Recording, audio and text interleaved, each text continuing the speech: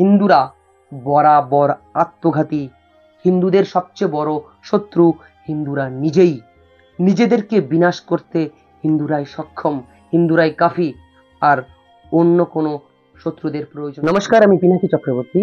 আমি একজন ব্রাহ্মণ হওয়ার দরুন, যেহেতু আমি একজন ধর্মগুরু, তাই এই সনাতন হিন্দু ধর্মের ধর্মাবলম্বী মানুষদের তাদের পথপ্রদর্শক কিংবা সঠিক দিশা দেখানো বা ধর্ম বিষয়ে সতর্কতা, সচেতনতা, এগুলো একান্তই জরুরি বলে মনে করি। আমার মনে হয় একজন ব্রাহ্মণ মানে যে শুধু পুজো করবে বা মন্ত্র শাস্ত্র চর্চা বিদ্যা চর্চা নিয়ে থাকবে, এটা তো অবশ্যই তাকে করতেই হবে, তার কাজ।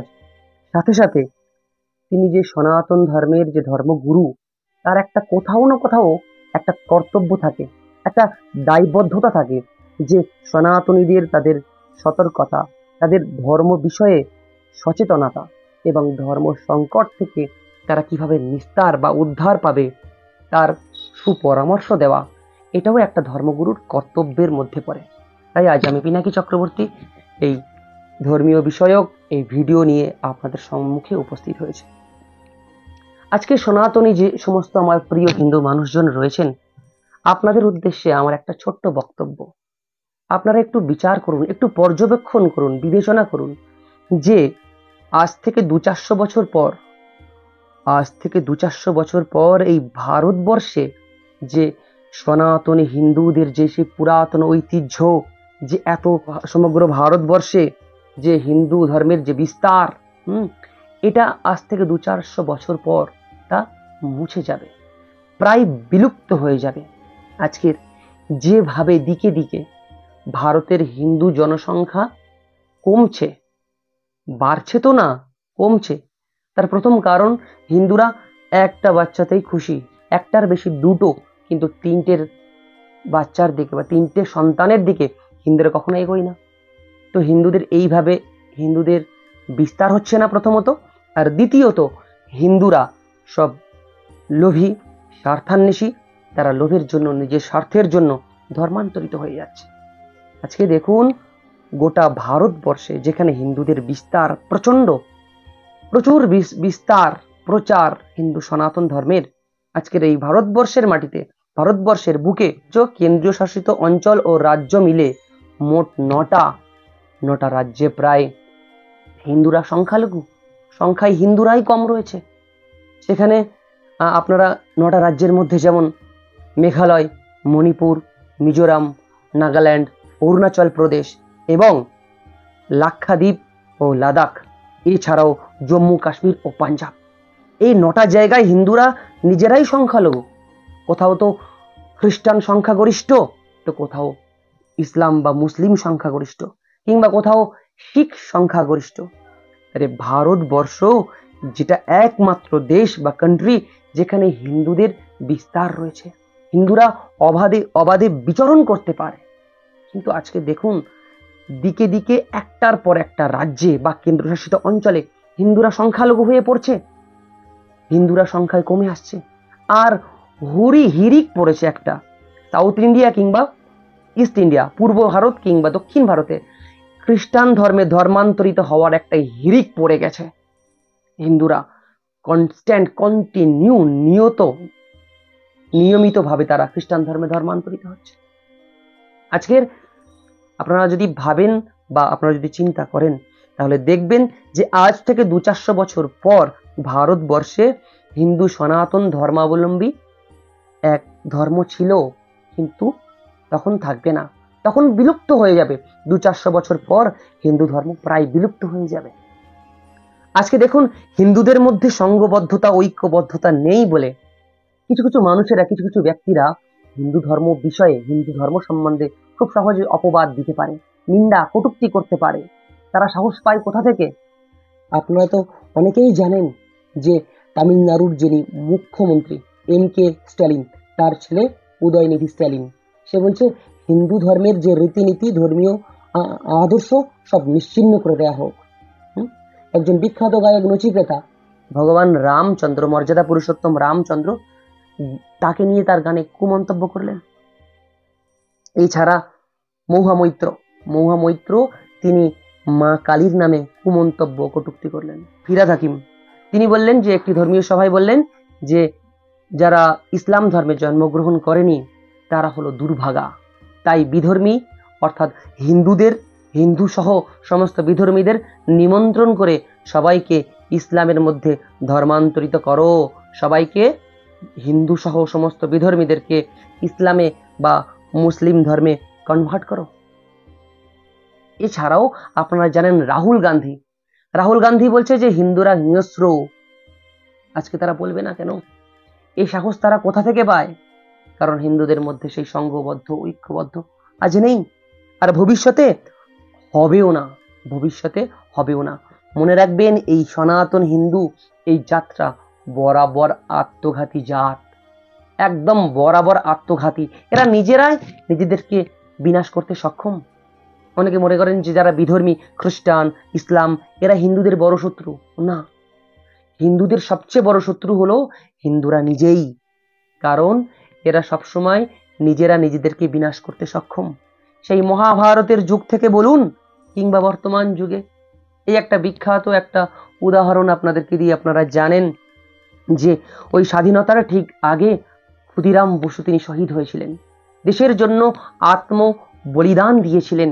সেই ক্ষুদিরাম বসুকে ইংরেজদের হাতে ধরিয়েছিল তারই স্বদেশী, তার জাত ভাই নরেন গোসাই ক্ষুদিরামকে ইংরেজদের হাতে ধরিয়ে দেয়। তাহলে দেখুন, হিন্দুদের কিন্তু বিনাশ করার জন্য যথেষ্ট, আর বিধর্মী বা বহিঃশত্রুদেরকে লাগে না। আজকের এই গুটি কয়েক ইহুদি ধর্ম সম্প্রদায়, একটা ছোট্ট দেশ, পৃথিবীর মানচিত্রে খুব স্পষ্টভাবে দেখা যায় না এই ইসরায়েল দেশটাকে। সেই ছোট্ট দেশের গুটি কয়েক ইহুদি ধর্মাবলম্বী মানুষ গোটা বিশ্বটাকে তারা শাসন করছে, টেকনোলজি দিয়ে শাসন করছে। আজকে দেখুন না, এই যে ইসরায়েলের সাথে যে ওই যে ফিলিস্তিনের যে যুদ্ধ হচ্ছে, কত শত শত সহস্র ইসলাম বা মুসলিম ধর্মাবলম্বী মানুষদেরকে তারা নির্বিচারে হত্যা করছে, ধ্বংস করে দিচ্ছে। কিন্তু এই বিশ্বে 57টা মুসলিম রাষ্ট্র রয়েছে, ইসলাম রাষ্ট্র রয়েছে, কেউ কি সেইভাবে ফিলিস্তিনদের পাশে দাঁড়াতে পারছে? কেউ কি এই হামাসদের পাশে দাঁড়াতে পারছে না। কারণ এই ইহুদিরা এরা ঐক্যবদ্ধ, সংঘবদ্ধ। এই গুটি কয়েক ইহুদি সমস্ত বিশ্বের টেকনোলজিটাকে কন্ট্রোল করছে। আজকে আপনারা যারা গুগল নিয়ে এত লাফালাফি করেন, এত ইউটিউব নিয়ে এত লাফালাফি করেন, এই যে গুগল ইউটিউব এত তথ্য দেয় আপনাদেরকে, বা জিমেলের মাধ্যমে আমরা তথ্য আদান প্রদান করি, এই গুগলের যিনি প্রতিষ্ঠাতা ল্যারি পেজ একজন ইহুদি। এছাড়াও আপনারা জানেন যিনি মাইক্রোসফটের যিনি সিও স্টিভ ওয়ালার, সেই স্টিভ ওয়ালার তিনি একজন ইহুদি। মাইক্রোসফটের একটা অংশ হচ্ছে উইন্ডোজ, আপনারা জানেন। আজকের যে সমস্ত কম্পিউটার কিংবা ল্যাপটপ, উইন্ডোজ ছাড়া তো কোনো কথাই হবে না। উইন্ডোজ 7 হোক, 8 হোক, 9, 10, 11 পর্যন্ত এখন উইন্ডোজ 11 বেরিয়ে গেছে। তো উইন্ডোজ এই কম্পিউটার কিংবা ল্যাপটপের যে প্রাণ, সেই উইন্ডোজ একজন ইহুদি তারা কন্ট্রোল করছে। আজকে দেখুন যে আমরা এই ফেসবুক, ইনস্টাগ্রাম কিংবা হোয়াটসঅ্যাপ কিংবা মেসেঞ্জার আমরা তথ্য আদান প্রদান করি, বা গোটা বিশ্বের বিভিন্ন কোণা থেকে বিভিন্ন ধরনের ভিডিও আমরা আপলোড করতে পারি, আমরা দেখতে পারি ফেসবুকের মাধ্যমে। সেই ফেসবুক কন্ট্রোল করছে একজন ইহুদি, মার্ক জুকারবার্গ, একজন ইহুদি। আজকে এই যে ইসরায়েল ফিলিস্তিনিদের উপর এত বোম ফেললো, এত অত্যাচার করলো, ধ্বংস করে দিল তাদেরকে, ফেসবুকে কোনো ভিডিও পেয়েছেন? পাবেন না, কারণ কন্ট্রোল করছে তো ইহুদিরাই। আর তাদের ভিডিও তারা রাখবে? তারা ফেসবুক থেকে ডিলিট করে দেবে। আজকের গুগল তেমন কোনো তথ্য দেবে না ইহুদিদের বিরুদ্ধে, কারণ গুগলের যিনি প্রতিষ্ঠাতা তিনি তো ইহুদি সম্প্রদায়ের লোক। আজকের গোটা বিশ্ব জানে, গোটা বিশ্বে 57টা ইসলাম রাষ্ট্র তারা জানে যে কত শত শত হাজার হাজার ফিলিস্তিনি মুসলিমদেরকে হত্যা করেছে ইসরায়েলের ইহুদিরা, কিন্তু কেউ কিছু বলছে? সবাই মুখে কুলুপ দিয়ে রয়েছে। কিন্তু আজকে দেখুন ভারতবর্ষের বুকে নূপুর শর্মা একটা সত্য কথা বলেছে, সেটা নিয়ে গোটা বিশ্বে কত কন্ট্রোভার্সি, কত ট্রোল হয়ে গেল, কত কিছু হয়ে গেল গোটা বিশ্বে। ভারতবর্ষের পণ্য বয়কট করছে ইসলাম কান্ট্রিরা, তারা ভারতকে কোনো ভারতের সঙ্গে কোনো আদান প্রদান কিছু করবেন না, কত কিছু হয়ে গেল, ঘটে গেল, পৃথিবীতে ঝড় বয়ে গেল। একটা মন্তব্য করেছে জাস্ট নূপুর শর্মা, সত্য কথা বলেছে। আর সেখানে ইহুদিরা কত শত শত মানুষদেরকে হত্যা করে দিচ্ছে, ইসলামদের হত্যা করে দিচ্ছে, কোনো বিষয় নেই, কোনো বিষয় নেই। কেন বলুন তো? ইহুদিদের মধ্যে সে বন্ডিং রয়েছে, ঐক্যবদ্ধ সংঘবদ্ধ তারা রয়েছে। আজকে মার্ক জুকারবার্গ থাকতে পারে আমেরিকাতে, আজকের ইউক্রেনে যিনি জেলেনস্কি, তিনি একজন ইহুদি সম্প্রদায়ের রাষ্ট্রপ্রধান। তো ইহুদিরা আমেরিকাতে থাকুক কিংবা ইউক্রেনে থাকুক কিংবা ইসরায়েলে, তাদের মধ্যে সংঘবদ্ধ ঐক্যবদ্ধ খুব বেশি রয়েছে, অনেক অনেক বেশি রয়েছে। ইউক্রেনের জনসংখ্যা তার সামান্য শতাংশ মাত্র ইহুদিরা সেখানে বাস করে, সমস্ত জনসংখ্যার বিচারে খুব কম সামান্য শতাংশ ইহুদিরা বাস করে। সেই সামান্য শতাংশ ইহুদিরা তারা এতটাই সংঘবদ্ধ, স্ট্রং, সেই দেশে ইহুদি রাষ্ট্রপ্রধান একজন তারা নির্বাচন করে দিয়েছে। আর সেই ইহুদি রাষ্ট্রপ্রধানকে সাহায্য করছে আমেরিকা। আজকে দেখুন এই যে ইসরায়েলের ইহুদিরা সোশ্যাল মিডিয়াকে কন্ট্রোল করছে। আজকে দেখুন এই আমেরিকাতে সামনে নির্বাচন রয়েছে, জো বাইডেনের নির্বাচন, আমেরিকাতে নির্বাচন। সেই নির্বাচনের প্রচারে সোশ্যাল মিডিয়া একটা বড় এফেক্ট পড়ে, সোশ্যাল মিডিয়ার মাধ্যমে একটা বিস্তর প্রচার হয়ে যায়। তাই আজকের জো বাইডেন যখন ইসরায়েল আর ফিলিস্তিনের যখন যুদ্ধ হচ্ছে, সেখানে জো বাইডেন এসে ইসরায়েলের পাশে দাঁড়াচ্ছে। কেননা সামনে জো বাইডেনের বা আমেরিকার যে নির্বাচন রয়েছে, সেখানে যাতে সোশ্যাল মিডিয়াতে আমেরিকার হয়ে প্রচারে কোনো অসুবিধা না হয়, তাই তারা ইহুদিদের পাশে দাঁড়াচ্ছে। যেমন দেখুন আজকের ইহুদি প্রধান রাষ্ট্রপ্রধান, ইসরায়েলে ইহুদি রাষ্ট্রপ্রধান আমরা সবাই জানি। এবং ইসরায়েল ছাড়া এই বিশ্বে যদি কোনো একটা দেশের রাষ্ট্রপ্রধান ইহুদি থাকে, সেটা একমাত্র ইউক্রেন। সেই ইউক্রেনের পাশেও আমেরিকা গিয়ে দাঁড়াচ্ছে। তো এই বিষয়টা আপনাদের কাছে স্পষ্ট হয়ে গেল যে ইহুদিরা এতটাই সংঘবদ্ধ, ঐক্যবদ্ধ, তারা খুব কম সময়ে মাত্র তাদের দেশ থেকে যে ফিলিস্তিনি মুসলিমরা ছিল তাদেরকে ধ্বংস করে দিয়েছে, বিতাড়িত করে দিয়েছে। এই ভারতবর্ষে বা পশ্চিমবঙ্গের মানচিত্রে আপনারা দেখতে পাবেন যে সবচেয়ে বড় বড় সনাতনী ধর্মীয় সংঘ, যেমন মনে করুন আপনারা রামকৃষ্ণ মিশন বা মঠ, গোটা বিশ্বে রয়েছে বিখ্যাত একটা ধর্মীয় সংঘ। সেই রামকৃষ্ণ মঠ, তার প্রধান শাখা পশ্চিমবঙ্গে, তার প্রতিষ্ঠাও পশ্চিমবঙ্গে। এছাড়াও ইসকন মঠ, একদম গোটা বিশ্বে তার শাখা রয়েছে, ব্রাঞ্চ রয়েছে। তাই ইসকন পশ্চিমবঙ্গের মাটিতে প্রতিষ্ঠিত, তার মূল যে শাখা, ব্রাঞ্চ, হেড অফিস পশ্চিমবঙ্গের বুকে। এছাড়াও ওঙ্কারনাথ যে ধর্মীয় প্রতিষ্ঠান পশ্চিমবঙ্গের বুকে। এছাড়াও নিগমানন্দ মঠ ধর্মীয় প্রতিষ্ঠান পশ্চিমবঙ্গের বুকে, গৌড়ীয় মঠ পশ্চিমবঙ্গের বুকে। তাই আজকের পশ্চিমবঙ্গের বুকে এত এত সনাতনীদের মধ্যে এত ভাগ বিভেদ রয়েছে, নিন্দা করে একে অপরকে। ইসকনরা বলে আমরা শ্রেষ্ঠ, যারা রামকৃষ্ণ মঠ তাদেরকে নিন্দা করে ইসকনেরা। যারা রামকৃষ্ণ অনুসারী তারা ইসকনদেরকে নিন্দা করে। আবার এই বৈষ্ণবদের মধ্যে ভাগ রয়েছে। যারা গৌড়ীয় মঠ তারা শঙ্করাচার্যদেরকে বা রামানুজদেরকে বা মাধবাচার্যদেরকে তাদেরকে নিন্দা করে। আবার যারা মাধবাচার্যের অনুসারী তারা নিম্বার্কদের নিন্দা করে। আজকের যারা অনুকূল তারা বলছে আমরা শ্রেষ্ঠ। আজকের যারা নিগমানন্দ তারা বলছে আমরা শ্রেষ্ঠ, আমরা উত্তম, ওরা অধম। হিন্দুদের মধ্যে, সনাতনীদের মধ্যে এত এত ভাগ, ভেদাভেদ। আজকে শাক্তরা বলছে আমরা শ্রেষ্ঠ, বৈষ্ণবরা বলছে আমরা শ্রেষ্ঠ, ব্রাহ্মণরা বলছে আমরা শ্রেষ্ঠ। ওদেরকে নিন্দা করছে, একে অপরকে সবসময় নিন্দা করতে ব্যস্ত। কেননা ওই যে মনে করুন আমরা আর্য সমাজী, আমরাই শ্রেষ্ঠ, ওরা তো ইসকনি, ওরা শ্রেষ্ঠ নয়। আমরা আর্য সমাজী, আমরা শ্রেষ্ঠ, যারা অনুকূলের ভক্ত তারা শ্রেষ্ঠ নয়। একে অপরকে ছোট করে, নিন্দা করে, অপবাদ দিয়ে শ্রেষ্ঠ হতে চায়, উচ্চ আসন পেতে চায়। হিন্দুদের মধ্যে এইভাবে ভেদাভেদ, হিংসা, যদি দ্বন্দ্ব যদি লেগে থাকে, তাহলে কিভাবে তারা ঐক্যবদ্ধ, সংঘবদ্ধ হবে? ইহুদিদেরকে হত্যা করেছিল নির্বিচারে হিটলার। যখন ইহুদিদেরকে নির্বিচারে হত্যা করলো হিটলার, ইহুদিরা তো তখন শঙ্কিত ছিল, কিন্তু পরবর্তীকালে সেই ইহুদিরা সংঘবদ্ধ, ঐক্যবদ্ধ হয়েছে। অ্যালবার্ট আইনস্টাইন, এই নামটা আপনারা সবাই শুনেছেন। এই অ্যালবার্ট আইনস্টাইন একজন বিখ্যাত দার্শনিক ও বিজ্ঞানীও বটে। এই অ্যালবার্ট আইনস্টাইন তিনি জার্মান ভাষাতে, তার অনেক পুস্তক বা বই রয়েছে।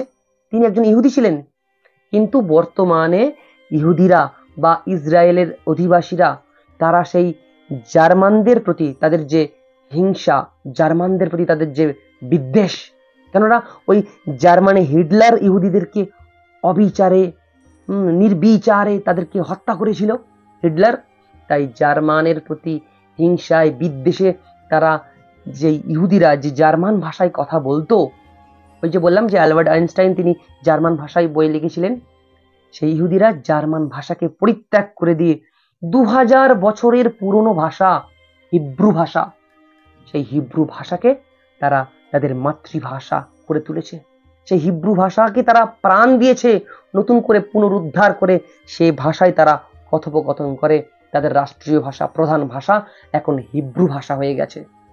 আজকের সনাতনী হিন্দুরা সেই আমাদের হিন্দু ধর্মের যে প্রাচীনতমা ভাষা সংস্কৃত ভাষা, সেই সংস্কৃত ভাষায় পূর্বে কথোপকথন হতো।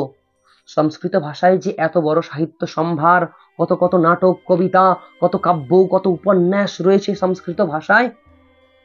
সেই সংস্কৃত ভাষায় আমাদের সমস্ত ধর্মগ্রন্থ সংস্কৃত ভাষায় লেখা। আজকের হিন্দু সনাতনীরা আমরা সংস্কৃত ভাষা ভুলে গেছি। প্রায় সংস্কৃত ভাষাকে আমরা মৃত ভাষা বলে মনে করি। আমরা সংস্কৃত ভাষা মৃতা ভাষা। তো আমরা হিন্দুরা, সনাতনীরা আমাদের ভাষা উদ্ধার করতে পারিনি। আজকের হিন্দুদের শেখা উচিত, ইহুদিদের থেকে সনাতনী হিন্দুদের শেখা উচিত যে ইহুদিরা কিভাবে তাদের যে ধর্মীয় ভাষা হিব্রু ভাষা 2000 বছরের পুরনো ভাষা তারা উদ্ধার করেছে, পুনরুদ্ধার করে তারা সেই হিব্রু ভাষায় কথোপকথন করে, কথা বলে। আর সনাতনীরা নিজের ধর্মের ভাষা দেবনাগরী ভাষা সংস্কৃত ভাষাকে গলা টিপে নিজেরাই শেষ করে দিচ্ছে। এরা হলো হিন্দু। তাই আমি প্রথমে বলেছি, এখনো বলবো, হিন্দুরা বরাবর আত্মঘাতী।